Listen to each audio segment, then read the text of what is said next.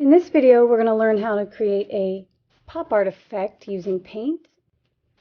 This effect is reminiscent of the illustration you see in, cartoons, comic books, and it appears to be drawn into reality. That's the cool part about it.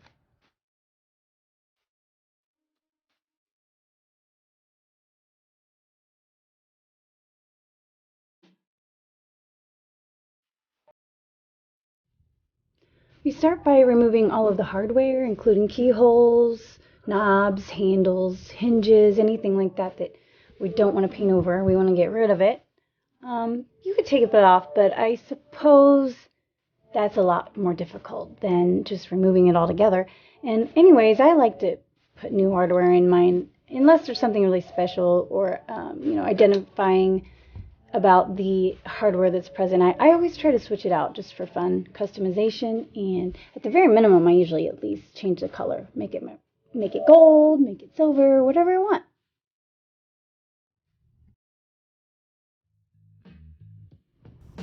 And then after we remove the hardware, we fill in any holes, gouges, scratches, anything, any blemishes, that we don't really want on there. We fill those right on in with some wood putty or Bondo, which is a two-part, like a filler. Anything that will harden and cure to a nice, durable finish that won't just crumble or pop out of our, piece. So I like to use plastic wood. It dries really quickly, but also it's durable. So you get the best of both worlds. And I use that to fill in my hardware holes and other types of, boo-boos.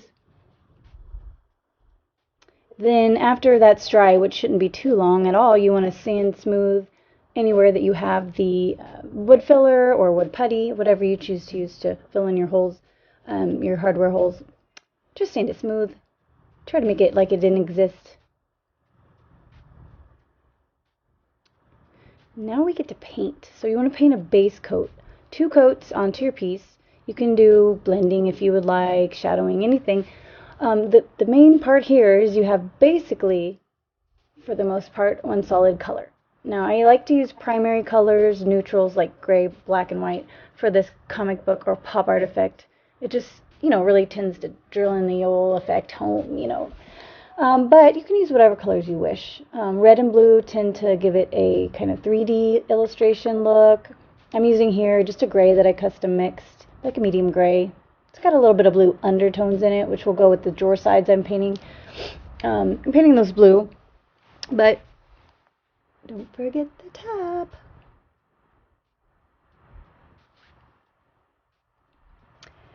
Once that's all dry, and we're ready to move on to stenciling. I've got a half-tone dot stencil here, and I actually cut this on my Cricut. So if you have a vinyl cutter, you can make a half-tone dot stencil. I'm sure you can order one out there somewhere on the internet.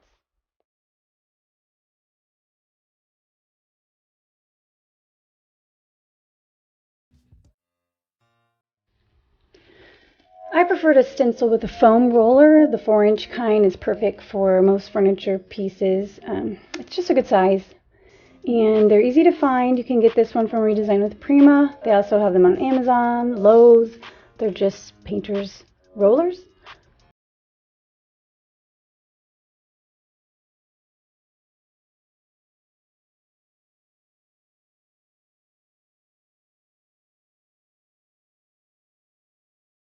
Edges. The edges of the piece on this particular look might be the most important part. We're going to take a flat brush and dip it in some black paint. We're going to use the side of the brush to run it along the edges of the piece, drawers, corners, the front, the back, the top, all the edges, like an outline. And what this does is it simulates a outline on a drawing or a cartoon, sort of, an illustration.